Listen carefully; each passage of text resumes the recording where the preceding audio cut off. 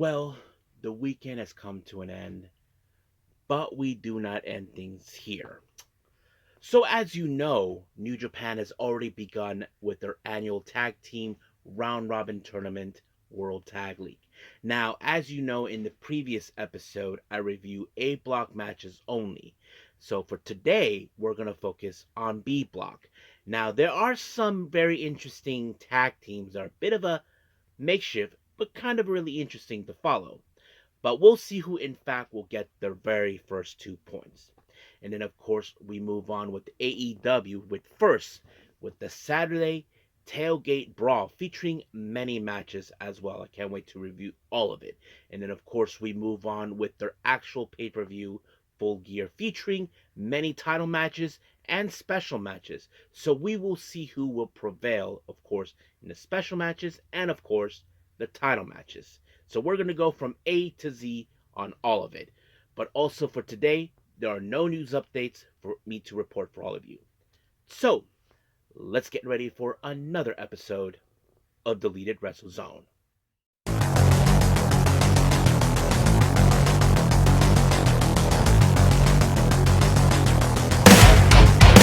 Are you ready? Get up, get up! Get up, get up! Get up, get up! Get up, get up! Get up, get up! Get up, get up! Hey everyone, welcome to Deleted Wrestle Zone. All things that is pro wrestling with AEW, NXT, New Japan Pro Wrestling, TNA, the National Wrestling Alliance, various promotions, wrestlers, matches, and championships. I am your host, J Rod here. So, if you are new to the channel, welcome. This is a channel we do a lot of pro wrestling reviews from various promotions, not only here in the United States, but also in Japan, Mexico, Canada, Europe, the UK, anywhere where pro wrestling is not as big, but it continues to grow. We also, of course, do discussion videos, talk about various topics such as the wrestlers themselves, the promotions, factions, storylines, whatever we want to talk about. We also, of course, do more news updates. If certain information is unable to be on this episode, we can either put it on the next one or on a separate video by itself. We also, of course, do real-time news updates to give you guys on alert if something has happened in the world of wrestling that needs to be addressed ASAP. We also, of course, got the Unagi Sayaka Watch and various other cool wrestling content as well. So if you like what you see, please subscribe to us and click on that subscribe button. You'll be getting a lot of daily reviews and other cool wrestling content as well. But if you like this episode, please give us a like on the like button or a nice comment in the description down below. Now, enough with the jibber jabbers. It's time to get down to business. So, let's begin, of course, with day 2 of New Japan's Pro Wrestling World Tag League.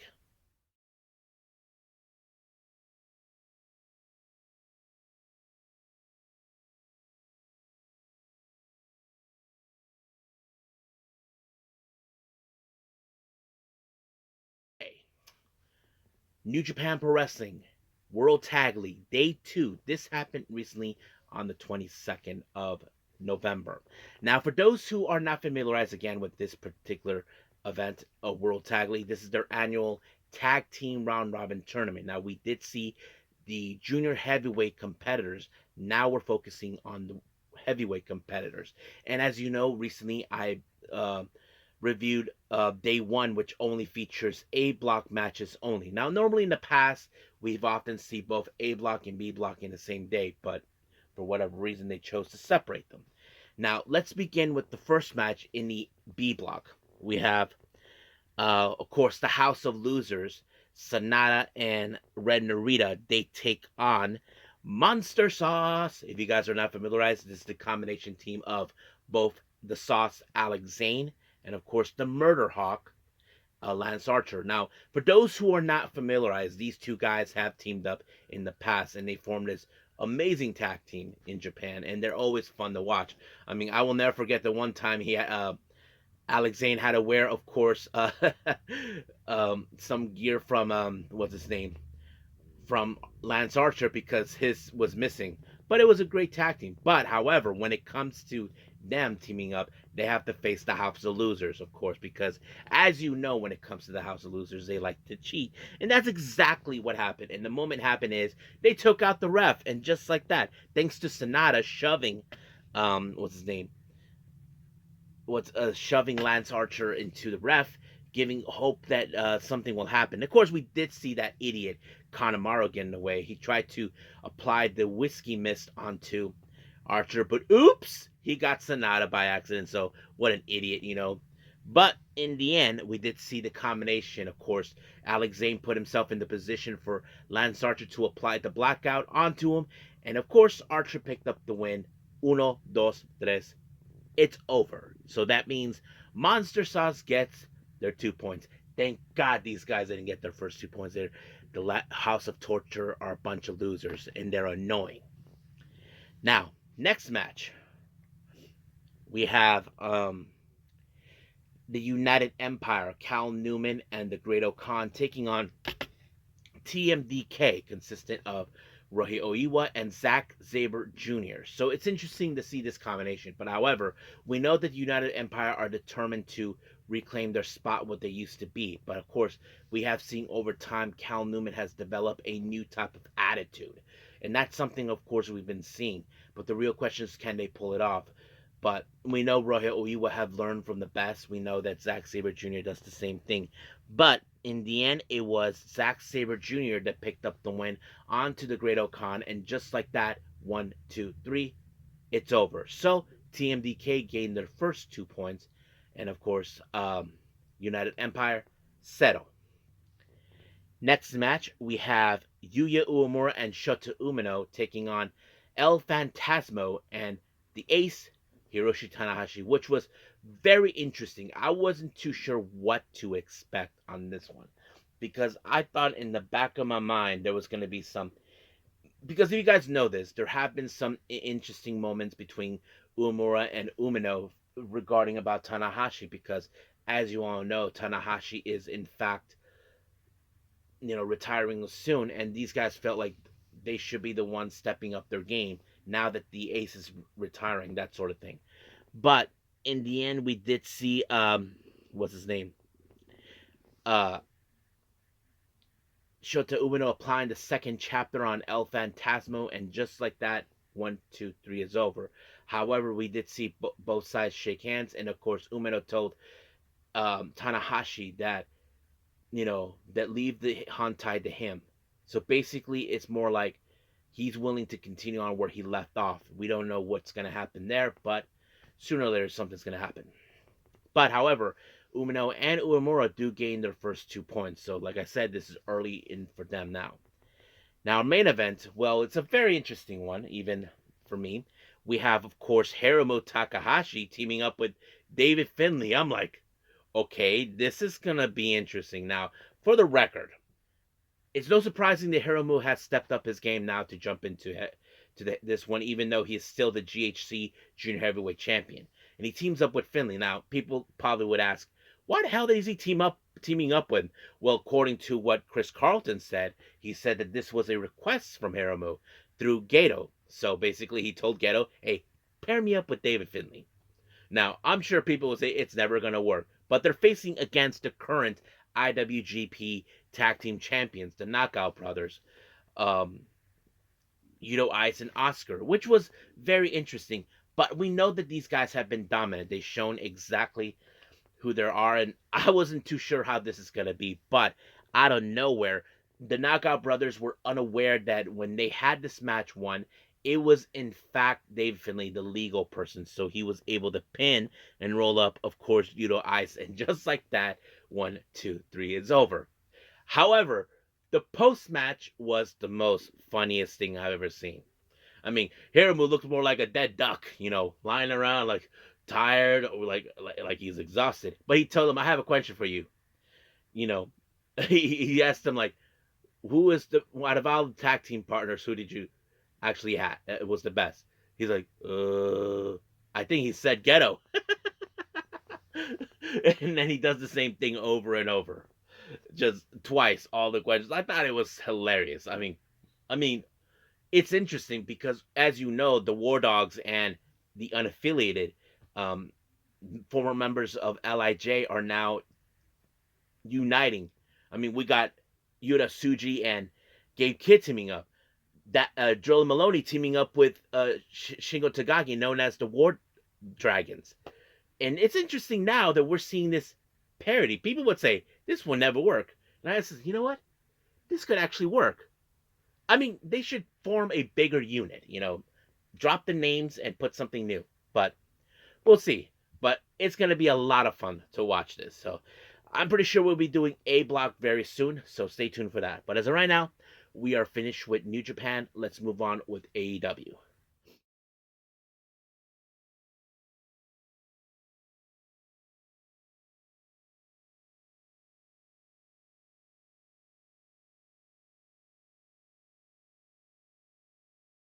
Okay, AEW Saturday Tailgate Brawl. Now, for those who are not familiarized with this is like their pre-show of type during their pay-per-view event during Full Gear. They used to call it, of course, the buy-in or whatever. But anyway, we opened up with, of course, a $2,000 faraway tag team match. We have the Outrunners, Turbo Floyd, and Truth Magnum. They take on Brian Keith and Big Bill versus, of course, Anthony Bowens and Max Caster versus the Bang Bang Gang, consisting of Austin Gunn and Juice Robinson. Now, when it comes to four-way matches, we all know how chaotic it could be because referee has to keep track who the hell is going to be the legal man, all that sort of thing. So that gets a little bit chaotic. Now, I'm sure many people might have thought there was who was going to probably win, but it was in fact Juice Robinson that picked up the win when he pinned Anthony Bowens, and just like that, 1, 2, 3, they win $200,000. So that ended right there. Now we did see, of course, Samoa Joe and guys of the Ops Dojo making their presence known. Of course, Joe, as you know, will be facing in the main event against Hangman Page for the AEW World Championship. So that's something we know. Now, before our next match, we did see, of course, No BS Paul White making his presence known, heading to the ring. Because the next match, this one was something that was cooked up. As you know, the Don Callis family had their fair issues towards Big Boom, AJ, and his family, and they also had to deal with QT Marshall. As you know, they had their fit not too long ago. And now they form a group known as Boom and Doom. So I thought it was a very fantastic match. And of course, we did see Big Justice get in the way, try to help his dad and QT as much as possible. But Trent Beretta, what he did was despicable. He kicked Big Justice. But thank God for No BS giving the helping hand right there. That shows it. So basically, in the end, we did see, but there was a best moment in this match. We did see a cutter by Big Justice onto Rocky, and of course that idiot, Don Callis can cry about it all we want. But in the end, it was QT Marshall to pin Rocky, and just like that, 1, 2, 3, Boom and Doom picked up the win. And I thought it was a real fun match. So we'll see how things will roll from there. Now our next match, our next match, as you probably know, we have Hook and Eddie Kingston taking on the Workhorsemen. Now, nothing too special about this match whatsoever, so that kind of sets it up at all. But of course, it was Hook who picked up the win by applying the red rum onto JD Drake, and just like that, he tapped out. Now, this is where things got a little interesting. Before we even started Full Gear, we had one last match to go. We have the CML World Trios Championship, of course. The current members of the Don Callis family, Konosuke Takeshita and Hichisero, made their way to the ring. Okada was nowhere to be found. He just wanted to show up, in his own way, like be the guy who's at the top of the world, that sort of thing. But he faces the current team known as El Sky Team, consisting of Neon, Mascara Dorada, and Mystico. And of course, we were going to see some moments, but however, when Okada did show up, well, we ask ourselves, does history repeat itself like last time? Because remember, Okada will love nothing more to humiliate Takeshita. I mean, last time they tried to face for the AEW World Tag Team belts and they lost. And of course, history repeat itself again. So another moment of those things happen. And then we did see, of course, La Mística being applied on Hechicero by Místico, and just like that, Hechicero tap. And of course, we definitely were going to see little thing between both Takeshita and Okada. I mean, we don't know what's going to happen. I mean, Don Callis is trying to maintain, of course, that everything's fine, but we all know things are going to escalate even further. So we'll see what happens. Now, during this time of the match, when Okada first arrived, that's where we jump into full gear. So just to let you guys know. So let's jump into full gear right now.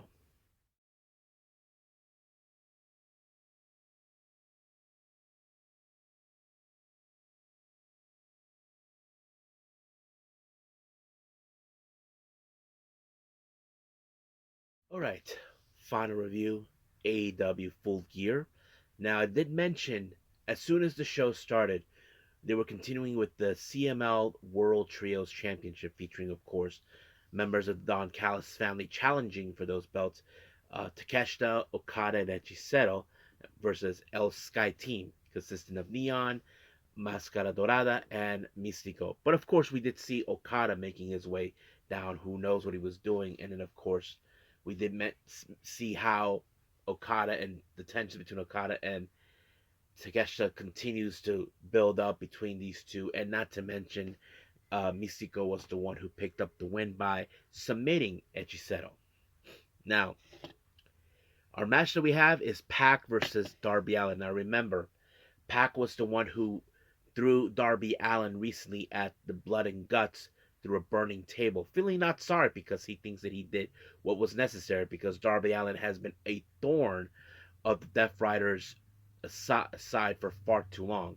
And of course, Pac was going to bring the hurt on him. But of course, like the Death Riders they are, at that Weasel Yuta showed up and took him out, and giving, of course, Pac time to use the baseball bat that Sting gave to Darby, used it against him, and just like that, 1, 2, 3 is over. Now, I don't know for sure if Darby is going to get revenge out of that, but only time will tell. Now, our next match, we have a bit of a four-way match. Now, this match is part of the AEW Women's World Tag Team Title Tournament, and this is a stipulation for the semifinals. We have the Sins, Sky Blue and Julie Hart versus the Babes of Wrath, of course, Harley Cameron and Willow Nightingale, along with Marina Shafir and Megan Bain versus Timeless Love Bombs, Tony Storm and Mina Shirakawa. Now, of course, there were certain things we were definitely going to see, and there was also a repeat of what happened in Blood and Guts, where Marina Shafir was attempting to have to put Mina Shirakawa in the mother's milk submission, having her of course Tony Storm being watched to see once again, but nope, it did not happen. But we did see Tony Storm apply an inside cradle on Harley Cameron, and just like that, 1, 2, 3, they win. However, later on they did mention that they were going to pick the stipulation, so they're just gonna wait it out and see what happens. So I think many of us are looking forward to that. Now, our next match, we have the AEW World Tag Team titles on the line. FTR, who are, of course, well recognized in the tag team world, and they face against Brodito. Now, of course, X Factor, this is that idiot Stokely Hathaway was definitely going to get involved. But of course, they did everything humanly possible to try to take each other out in every way. I mean, the bigger threat was Brody King, which of course was obvious, but none of it worked no matter what. And there was a moment we did see the championship belt being used in plate, but it didn't work either. But I have to say there was that one moment where Bandito was like saying, "Give me your best shot," like he knows that it could be taken out of nowhere, and then of course the shatter machine was applied, and just like that, 1, 2, 3, FTR regained the belts. Are now 3-time, I believe. But yes, that was the whole thing what they tried to do. So we'll see what happens in the aftermath after that. Now our next match, it's for the inaugural AEW National Championship in a casino gauntlet match. So we had plenty of wrestlers involved, other than this Hurt Syndicate like Shelton Benjamin, Bobby Lashley. Then we have Ricochet, Speedball, Kevin Knight.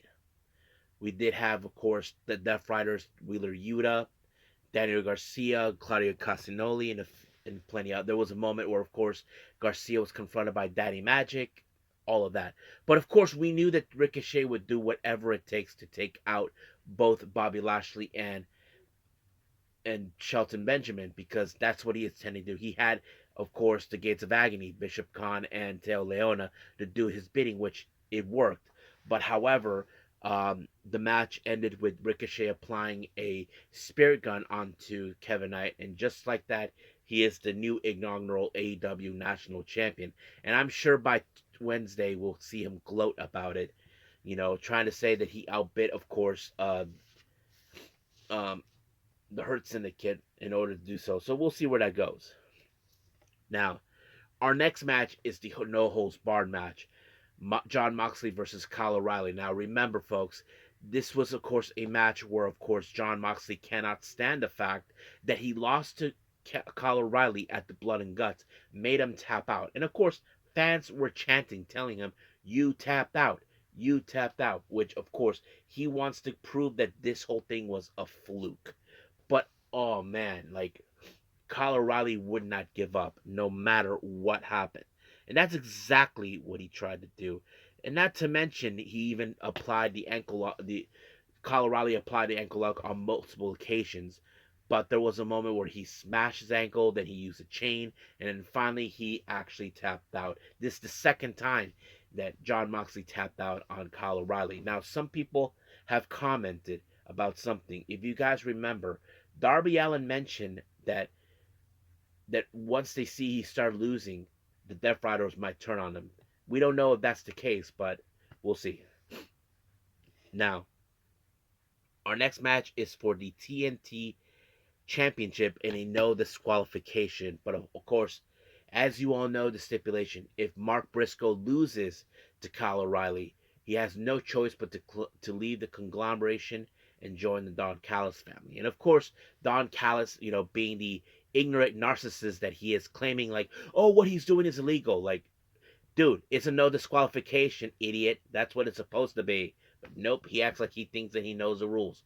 But man, there were moments where, of course, where you thought Kyle Fletcher did everything humanly possible to break Mark Briscoe. But Mark Briscoe, as you know, he is the toughest SOB on the planet. He did whatever it takes to take out Kyle O'Reilly until he put him through a barbed wire table and then applied the infamous J Driller onto a couple of thumbtacks that was courtesy of Kyle Fletcher. And just like that, 1, 2, 3, brand new TNT champion. Now, if you guys did not see, of course, some exclusive content either on your social media, there was a moment where Orange Cassidy showed up with a brand new TNT title that looks more like it had a camouflage looking onto it, and he tells them, "Hey, this is a gift from us from the conglomeration." And of course, he's like, "For real?" So he was like surprised that the conglomeration put this up together just for him. So, he just gave Orange Cassidy the old belt and he kept the new one, because he thought it was pretty cool. So we'll see what happens. I'm sure everybody is going to be excited by the time we hit Wednesday to see what he's going to do. Now, our next match is for a $1 million six-man tag team match. We have, of course, um, the Young Bucks teaming up with Josh Alexander, taking on Kenny Omega and the Jurassic Express. Now, remember, this whole thing happened because in the past, Jack Perry was having issues towards, of course, with the Young Bucks and Kenny's history with Jack Perry. Well, let's just say that it became amicable, knowing the fact that they can see that even though they don't have to trust him, but he can rely on him when he needs to. And of course, we've been seeing that this whole feud between them has been going long enough. But of course, this match ended with Jack Perry ended up with the EVP triggers, and just like that, 1, 2, 3, it was over. And then, of course, Don Callis, who hates Kenny Omega, did whatever it takes to hurt him even more. But for whatever reason, the Young Bucks decided to help Kenny, and this might have pissed off, of course, what's his name, Don Callis. But It seems like they both Kenny and the Bucks reunited, and there were talks about the possibility a one last run for the Elite. That's something that's been discussed on various news outlets because there's been talk about hopefully maybe the Bucks try to purchase PWG or whatever, but we'll see what happens on after that. Now, our next match, we did see the AEW Women's World Title. As you know, Mercedes Moné, it's been attempting ever since arriving to AEW to obtain this belt, and the person that currently holds it is, of course, the former TBS champion, um, Chris Statlander, and that kind of sets it up right there. But of course, um, Mercedes Moné would do whatever it takes to gain this belt that she felt that she earned the right to have it as a part of her collection. But unfortunately, we did see a moment where Chris Statlander might have ended up hurt. We weren't sure if that was the case, but the match kept on going and going and going. And Mercedes did everything humanly possible to try to take her out until, of course, Chris Statlander applied the Saturday Night Fever, and just like that, 1, 2, 3, she retained the title. So just like that. Don't know what's gonna happen to Mercedes, but we'll see. Now, Lex Luger did talk to Don Callis about what's been happening, as you know. Well, he did announce that Okada will be at the Continental Classic, so will Takeshita. But however, Kyle Fletcher was not happy because, as you know, he lost the TNT title to, of course, Mark Briscoe, and he tells him, "Where the hell were you? This whole Proto Okada, Proto Shida, that sort of thing." So he put himself now in the position to join the Continental Classic. I don't know how this is gonna go. I mean, I hate to see like uh I don't know if this would be a thing for Don Callis to be happy about, but if I was Don Callis, I should be worried about because it's all about egos. So we'll see where that goes. Now, our main event is for the AEW World Championship. Samoa Joe makes a play for this belt out of jealousy for Hangman ever since he won this belt. And now it seems that this was exactly what he's trying to do. He was inside the steel cage. And of course, we did see Shibata try to get himself involved, but luckily Eddie Kingston took matters in his own hands to take out Shibata. And then, of course, we did see the referee take it out. Thank courtesy of Samoa Joe shoving Hangman to the ref. And then we did see, of course, um, Hobbs show up, try to dismantle um, Hangman, but however, Hangman fought back no matter what. And then Hook showed up out of nowhere, tried to help Hangman, and all of a sudden he whacked Hangman with the belt, and he revealed that he is still part of the ops. We don't know if this was a ruse created by, of course, Samoa Joe. That's something we don't know. And then we did see the Muscle Buster being played by Samoa Joe, and just like that, 1, 2, 3, it was over. Brand new AEW World Champion, ending the reign from with Hangman. And then the lights went off. Then we did see the burning house, which of course we all know what that meant. Then we see Prince Nana making an appearance out of the blue, and then here comes Swerve. Now we don't know what was he tending. He was like looking at Hangman, but all of a sudden he attacked the ops, just like that, single handedly taking out every last one of them. We don't know what this means. We do know that there was a report from recently with Fightful Select about there was some setbacks, but we'll see.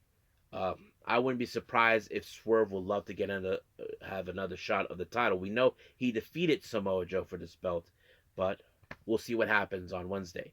But as of right now, we are done for this day. We have no news updates, so let's call it a day. Well, I hope everybody enjoys this episode. Coming up, I haven't decided yet what we're going to do. I do know we do have more with New Japan with day 3 of the uh, World Tag League. We know that Stardom has resumed back doing the Goddesses Stardom Tag League, which we're continuing. Hopefully, I get the chance to do so. I'm definitely going to catch up with much of the Yoshi wrestling scene as much as possible and other things too. So we'll see how that will go on. So wish me luck on that part. But as of right now, we'll end things as it is and we'll see what happens. But until then, I will see you guys in the next DWZ time. Same DWZ channel. I must bid all of you adieu. So, Goodbye. Mwah. And have a nice day. Bang.